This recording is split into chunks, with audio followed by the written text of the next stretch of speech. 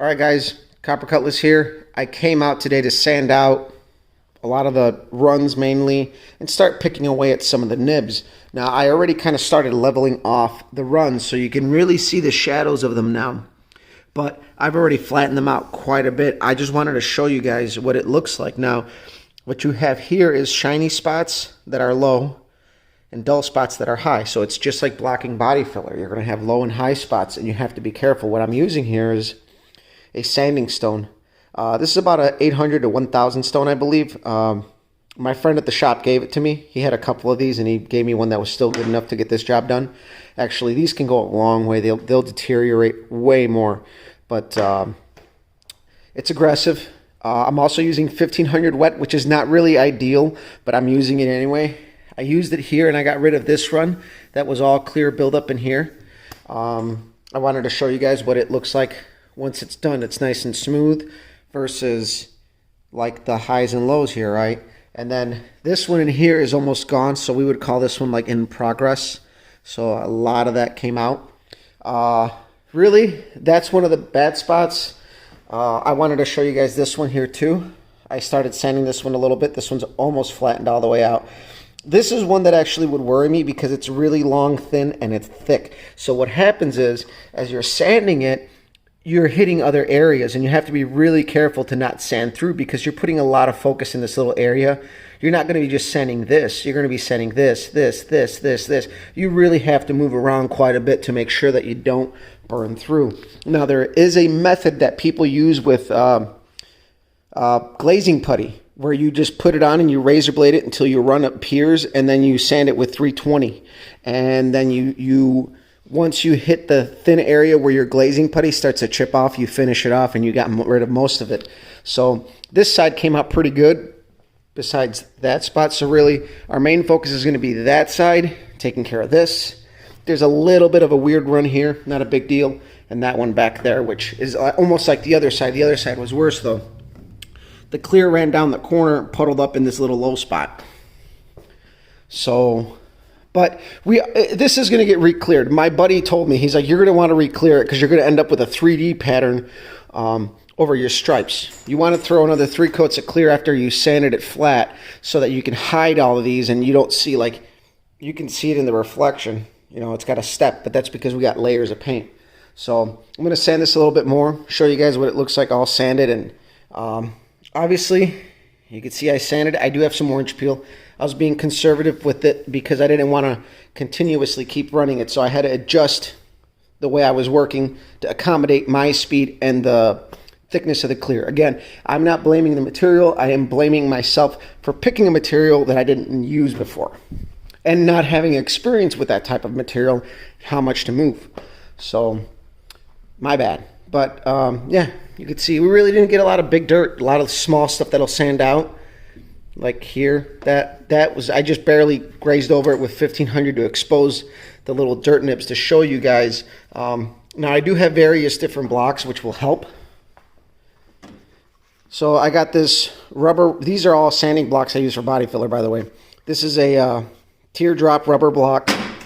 Soft foam, which is your standard you can use for either body filler or wet sanding.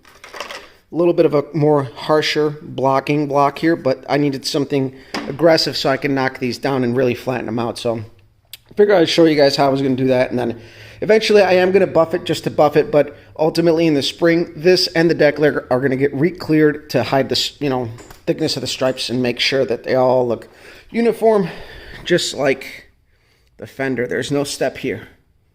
Everything is smooth. So, same guy who painted the car pretty much gave me advice on how to sand the runs out because it'd been a while. I told him what I had going on, and you know, he advised me on a couple things. Now, I've sanded runs out, but it's been a while since I've done any cutting of clear or anything like that. It's probably been 6 or 7 years since I did it daily. The one shop I used to work at, I did everything but paint. So I did the buffing, the assembling, you name it, I did it, and the bodywork and everything. So I'll let you guys go. All right, guys, real fast before my phone dies. I only got like 10% left. You could see it's pretty dull. It's pretty flat. You could see a couple, like That's a little bit of orange peel left behind, but that right there is actually me being lazy when I fix this hood. If you guys go back, you guys can see how this hood all started, probably back around maybe April, I want to say. I repaired this hood. This hood flew open on a car at about 110 miles an hour. And, I fixed it because it was affordable. Normally it's like a $1,200 hood. I sold my old one. The old one covered the price of the new one, which needed work, but we weren't upside down on it. I only had about $120 into material. We were still under the threshold of what it would have cost us from the get-go, right? So anyway, a couple things I may have not mentioned is when you do your sanding, your wet sanding, use water with a little bit of soap. I got all my other little areas done. This one came out great, nice and flat. The two tiny little ones here came out great. This one is gone. This back one may still have a little bit of an imprint, but this is a really, really hard area to sand. I didn't want to go through. You really don't see it. It's in a concave, convex area. So I'm not going to worry about that one. But overall, all our problem areas are fixed. As you can see, when I run my camera across, I don't know if you guys will be able to see, there's water spots, but you can see the dirt nibs. That's pretty much what this side looked like. We had dirt nibs on it, but now it's nice and smooth. Now, another thing, when you wet sand, you shouldn't feel any grit. Like if your dirt nibs are really, really big, they'll start to roll up on your paper and it'll feel like grit rolling under it. That will scratch your paint. So constantly clean your paper, constantly wipe down the panel, split the hood into maybe like eighths or quarters and work one little area, move to the next one. You can work your way back and forth, do it in stages and I'm actually really glad that I was able to fix this. Like I told you guys, I was pretty heartbroken when I saw those runs. I'll be honest with you. I haven't ran something this bad in a very, very long time, and I wasn't expecting it at all. Not that I'm perfect, but I wasn't expecting it. So, people, that's what scares people away from painting. And really, I could have painted the hood. My buddy at work painted the base coat on the hood and cleared it, and then I did all the stripes. But I could have painted it, but I had him painted just out of convenience, and, he hooked me up. But I did my buddy JJ's hood, and it took us a while because we had to make a couple of repairs, and we had to prime it, and we had to let it sit, we had to wet sand it. It was an all-day thing with that hood, and it came out really nice. It was blue. Blues are hard. They're really transparent. Every single blue I have ever sprayed is super transparent unless it's solid blue.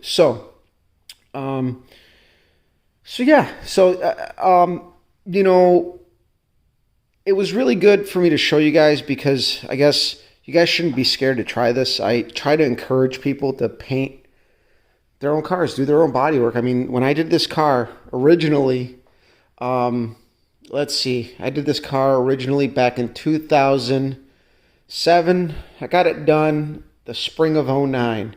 And I showed you the pictures on let's go back to the Wayback Time Machine here. Let's see if I can get a good one. So in this picture, this is the first time after paint. I did all the body work, and another friend of mine painted it. There's me when I wrecked it. I try to avoid big paint jobs because it's not my forte, right? My bread and butter is metal, banging metal out, straightening metal out, welding metal in. That's an art form in and of itself, and usually in shops it's a pretty split process. There you got your body men, you got your painters, you got your buffers, you got your detailers, you got usually a crew of guys. Our shop is a little bit more condensed. We break things up. The painters buff, the body men assemble and tear down and do the body work. But either way, I try to encourage people to do body work because really, I thought that was a turd or something on my finger. It's actually like a fucking popped callus. Either way, you can do this and it's so gratifying and it's not very hard. It's just patience and time consuming, and people get discouraged. And I tell people, go to the junkyard, buy a fender that's in okay shape. Maybe it's got some rust. Perfect. Learn to weld, fix rust repair, and do it as right as possible, and practice and practice and practice. And you can maybe make a couple $100 investment in repairing a fender and starting from the bottom to the top and teaching yourself. And you could be dependent and self-reliant. And for me, that's important. It's the same concept as this car. I've built my own engine. I've built my own transmissions. The transmission that's in there I got from JJ. A friend of mine did build the rear end for the car, but some things I got to hand them out, and I handed it to a friend of mine. But this car has never seen a formal shop. Everything has been done either in this garage or I gave something to a friend of mine to do. Even though I've rebuilt differentials like on the Pontiac and on friends' cars, on this car I've never touched the diff, but I actually am about to, quite possibly this winter. We'll see. We'll see. I am not getting my hopes up about running this car next year. Pontiac, which isn't outside, is what I'm going to focus on next year. So either way, on that note, I will say goodbye for today. I don't know what else we got going on, but I am going to finish this up. For today, I'm done. My shoulder has been killing me all week, and I'm going to sand this probably during the week next week and then get it buffed out. I'm in no rush. We still got the 347 on the bench that I have to work on, and at this point, to touch on what I was talking about a few seconds ago, I don't think I'm going to take the engine out of the car this winter. It's just not going to happen. I'd rather keep it together, and if I'm not going to run it next year, then you know what? There's no need to really take it apart. The only reason it really needs to come apart is for an oil leak at the oil pan, not the rear main, and it developed another little intake oil leak at the back of the pan, the little end rail, I should say. It's been just very, very light, so nothing major, nothing that they've kicked me out of the track for, but it's stuff that I check the car constantly between runs, and it's a little drip that I have to wipe off at very high RPM. On the street, it doesn't do it, but it has to come out for that, and I don't think I'm going to run the car next year. I think the engine's going to come out at some point, and I'm going to go through it and assess what I need to fix and go from there if it needs anything. But really, I need to update the oil pump and a couple gaskets. But that's my plan. I think the engine's going to stay in, and I'm going to focus on the Pontiac. There's a couple things I got to do to that, and I'm just going to daily drive that, and we're probably going to run it in a street class for the bracket classes at our local drag strip, just to really have our first go at trying to be competitive, I guess, before I take this out. And I've learned quite a bit of discipline behind the wheel, as far as what my intuition's going to tell me about what the car is going to run. And what I really need to work on is dialing in, knowing how to dial in, all the tricks that racers know. I've spent a lot of time at the track. I haven't spent any time being competitive, and I think I really want to go into it because I'm really at a point where I really don't want to build another car or build anything else. I'm really happy with how that's running. The Pontiac down the road might get an LS, and so just stuff for the future. But as far as bigger projects go, I think we're pretty much done. The car is eventually going to get a 6-point or an 8-point roll cage in it, and other goodies. We're gonna pretty much, this is gonna end up being pretty much a track car at this point. I really don't drive it on the street anymore like I used to. It's not that it's not fun. It's just I don't have the time. I haven't had the time, and that's why I want to daily drive the Pontiac. Makes more sense to drive that than this. We got two cars. One can do one thing, the other can do the other. So just lately with projects and stuff, I've especially this year, burnt myself out a little bit, especially towards the end here. A lot of things going on, and it's actually all been cars, which is good, but there hasn't been a break in the action, and I think that's what sucks. Due to COVID, we can't go anywhere. There is no breaking up. I love cars, but trust me, I love going out with my wife and doing things outside of cars. So it really breaks it up, and that's important for me. So I think laying low for a little bit here is going to be important for me. So I'm still going to do small stuff, keep videos going. So I hope I didn't make this one too long, and I hope you guys enjoyed this, and I hope it encourages you guys to do your own paint work and at least try it out and practice, man, because at the end of the day, you say you did it, that is gratifying in and of itself, and it says a lot about the kind of person you are as a builder or willing to do. There's people that pay for it, and there's nothing wrong with that. Otherwise, I wouldn't have a job. So, yeah, I'll let you guys go. Share, like, subscribe. See ya.